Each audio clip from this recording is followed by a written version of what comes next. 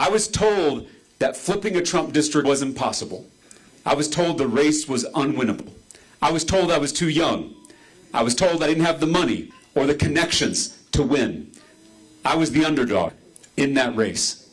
But my neighbors and I, we ran an aggressive, authentic, unorthodox campaign that brought people together. And on election night, we flipped that district with 51% of the vote. And now I'm in my 4th term in the Texas House of Representatives, and I, as a legislator, I am trying to love my neighbor through public policy by lowering the cost of housing, lowering the cost of child care, lowering the cost of prescription drugs, including insulin. I'm trying, with my position of public trust, to make my neighbor's life a little easier and a little better. And that kind of love in our politics is harder and harder to find.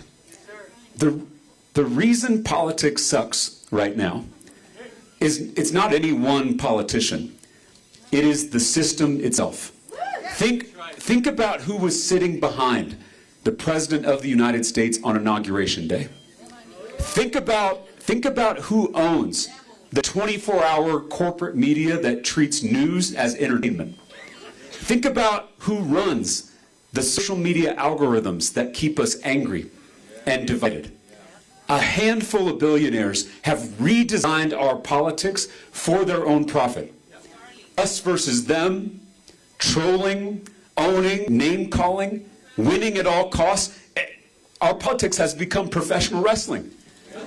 And I like professional wrestling, but not in my politics. They want us to keep scrolling. They want us to keep fighting, so they keep getting richer. They want to divide us by party, by race, by gender, by religion, so we don't notice that they are picking our pockets, that they are closing our schools, gutting our health care, raising taxes on all of us while they cut taxes for themselves. It is the oldest strategy in the world: divide and conquer. They have literally changed how we talk to one another. They have changed how we learn about the world. It's the reason you and your MAGA uncle, who you used to get along with just fine, now live in completely separate realities.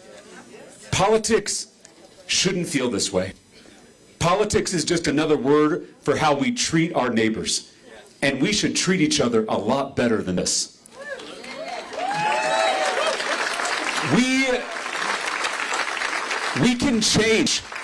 We can change this broken, corrupt political system. They may have the money, but we have the majority.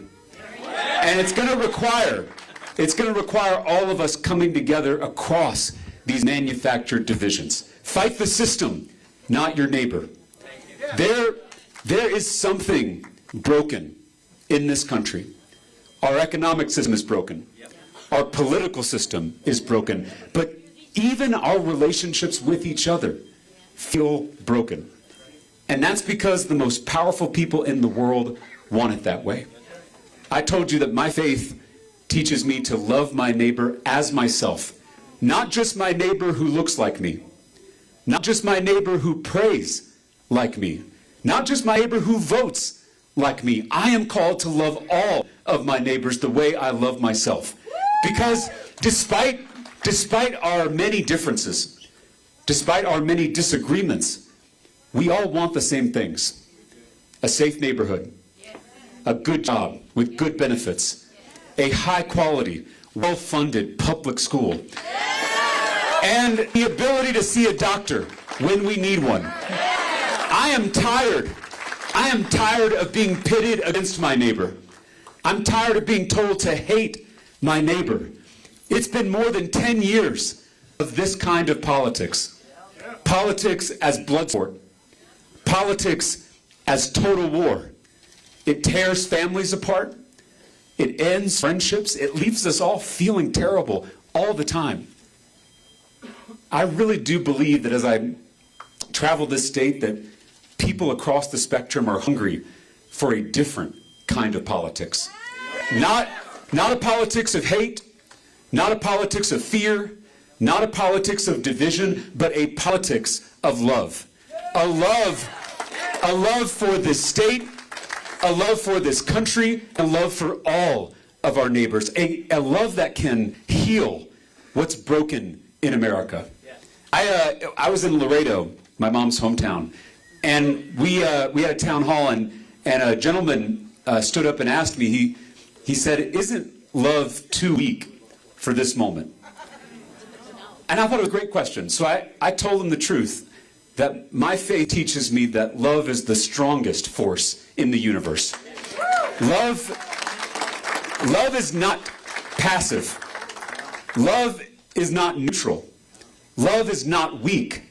Love sometimes requires that we stand between the bullies and the bullied.